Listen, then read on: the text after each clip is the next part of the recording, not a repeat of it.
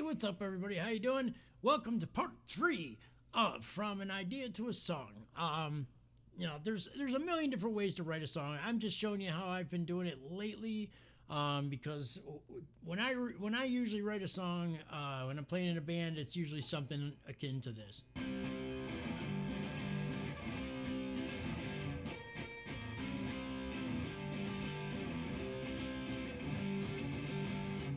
Anyhow, something like that. It's punk rock stuff, so the songs kind of write themselves.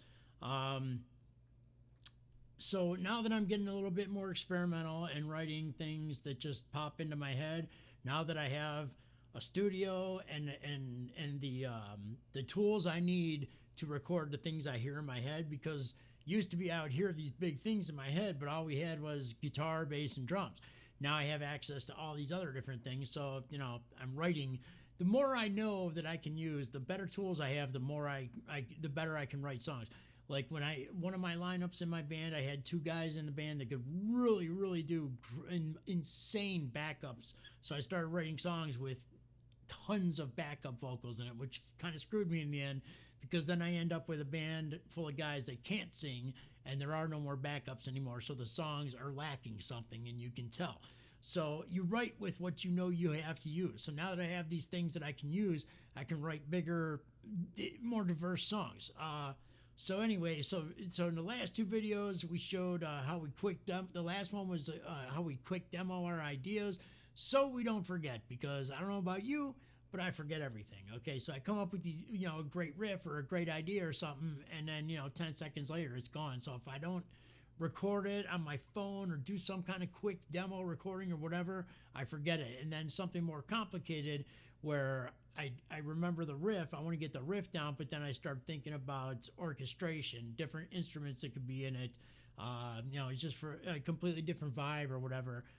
Those are things I definitely won't remember. So all the different little melodies and harmonies that are underneath the music that most people don't even realize are there, those are the things that I hear and have to get down. So the guitar might be doing one thing, bass would be doing one thing, maybe a string section doing something completely different, maybe a horn on top of it, whatever, anything. So, it's rock and roll, anything goes, right? So the next step of the song, now we have our body and we have our verse, is arranging.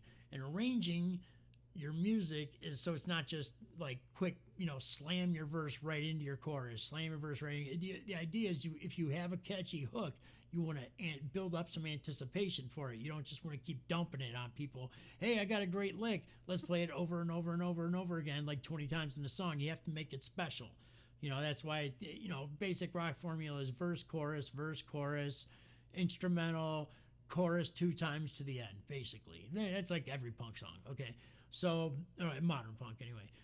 So you don't want to, blow your whole musical load, right up in the beginning of the song. You want to build some anticipation. So now we're arranging our songs. So I have to find ways to put the verse and the chorus together in an interesting fashion, but I also have to make the music draw the listener in. So most songs are under 3 minutes. So in that 3 minutes, you've only got your first 5 seconds. People can usually tell if they want to hear a song, they will skip it within 5 seconds if you don't catch them right there in the beginning. The first notes of the song have to be important. So there's all kinds of different ways to start and end a song, and different ways to build it, or you do a million things. Like if you ever heard the original version of Creep, there is no part in it where it's like I'm a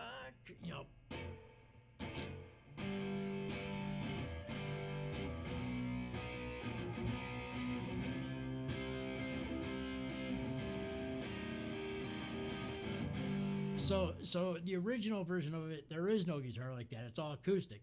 And then the producer was like, "Hey, do me a favor, try this." And he did that, and then he threw it in there, and that's what make or break that song, is that guitar lick in there. So the distorted guitar over the very soft songs. You know what I'm saying? Because the drumming doesn't change much. Nothing really changes except for that. That. So anyhow, so you want to make your song catchy, and you have to, and that comes in the arrangement process. It's like what things I'm going to put where. Okay, so so far And now that I've got all my lyrics pretty much done, I got to do a little bit of editing, but I've got the gist of everything done. So now I want to start arranging the song. So that means I got to sit and listen to things, drum beats and bass parts, and I got to figure out how to link these things together and how to begin the song and how to end the song. So you need a beginning, a middle, and an end. Do I want to leave people hanging in the middle and then finish big?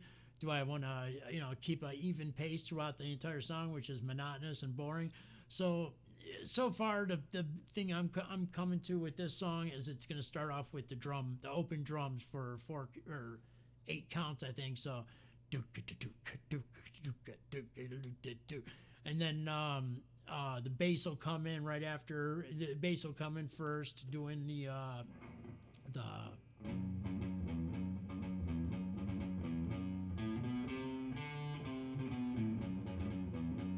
so that's the body part. So we got to figure out how to connect the body and the chorus. So if I just did the body like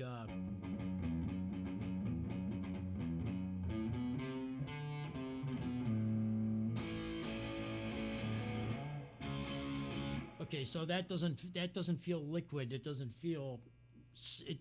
lead you into the chorus. It pushes you into the chorus.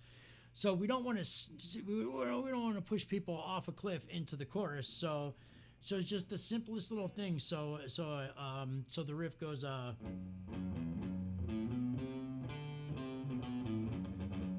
wait.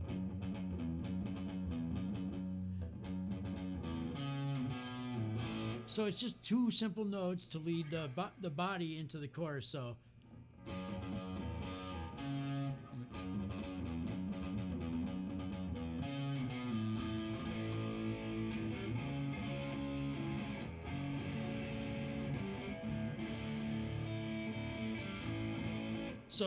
so the chorus will go through. So the way I'm going to arrange it is because it's a really catchy chorus.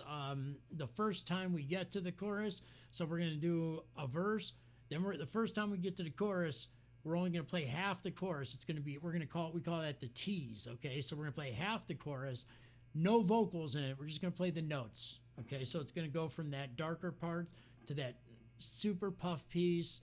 Half tempo, catchy. We're just going to give you a little snippet of it, a little taste. So then we're going to go back to the verse, but you know what's coming when that first chorus finally kicks in. It's going to be hard. It's going to be emotional. It's going to be eventful. You know what I'm saying? So we've given you a little sneak preview.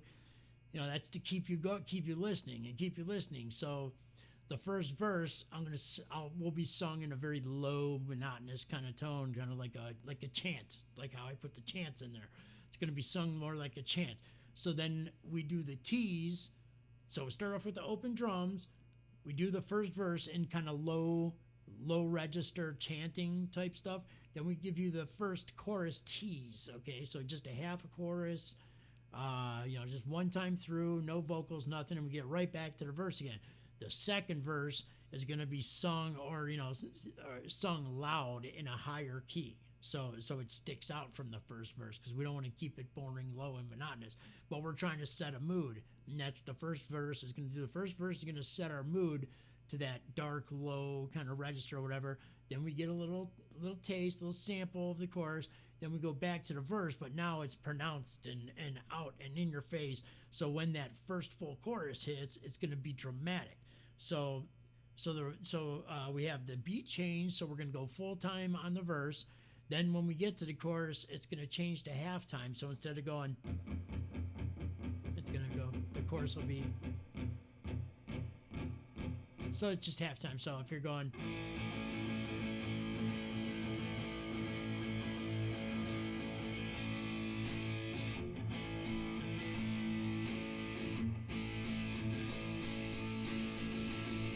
so anyway, so we want to keep, so I want the song to change throughout the song. So the first chorus is gonna be the bam hit you moment.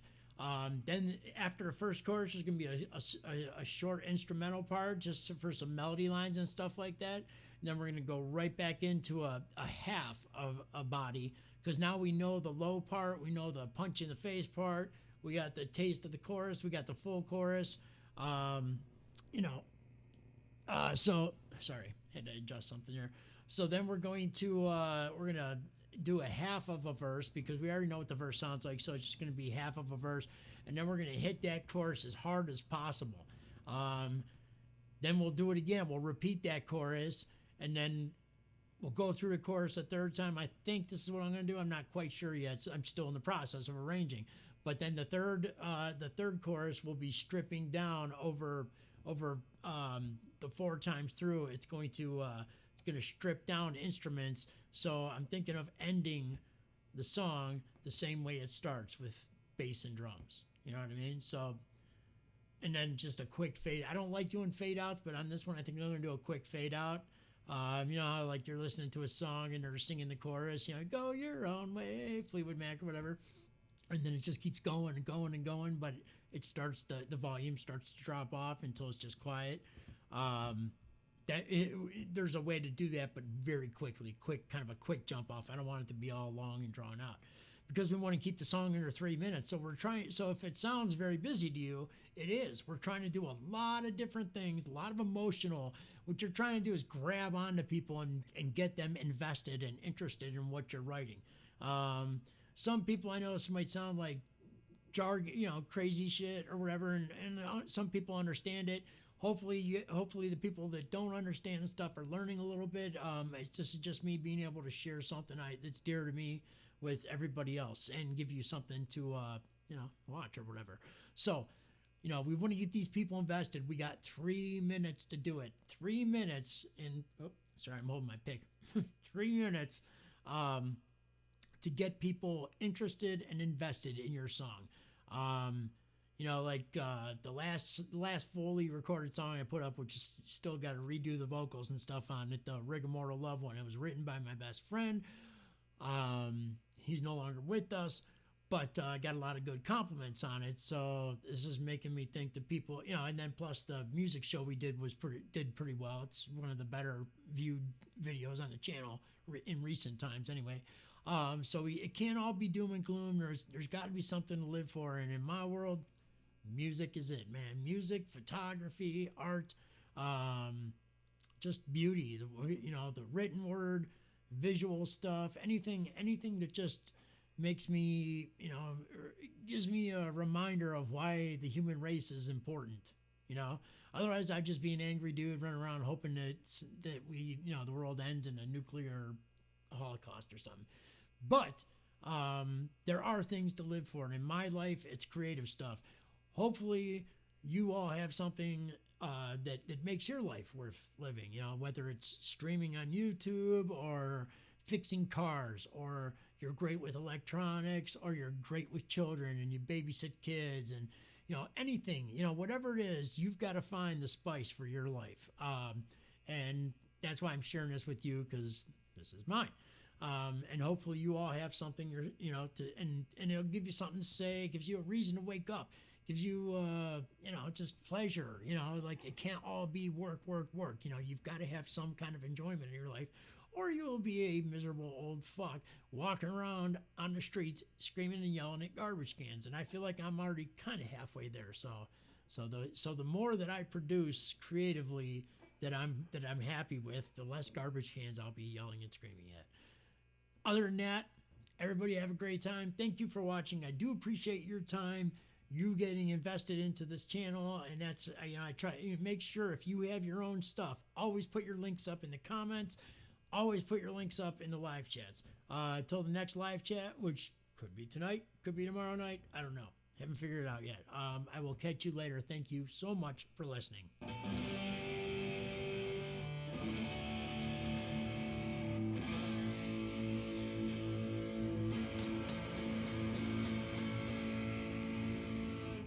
And as Russell Brand says, I can't see it. There we go.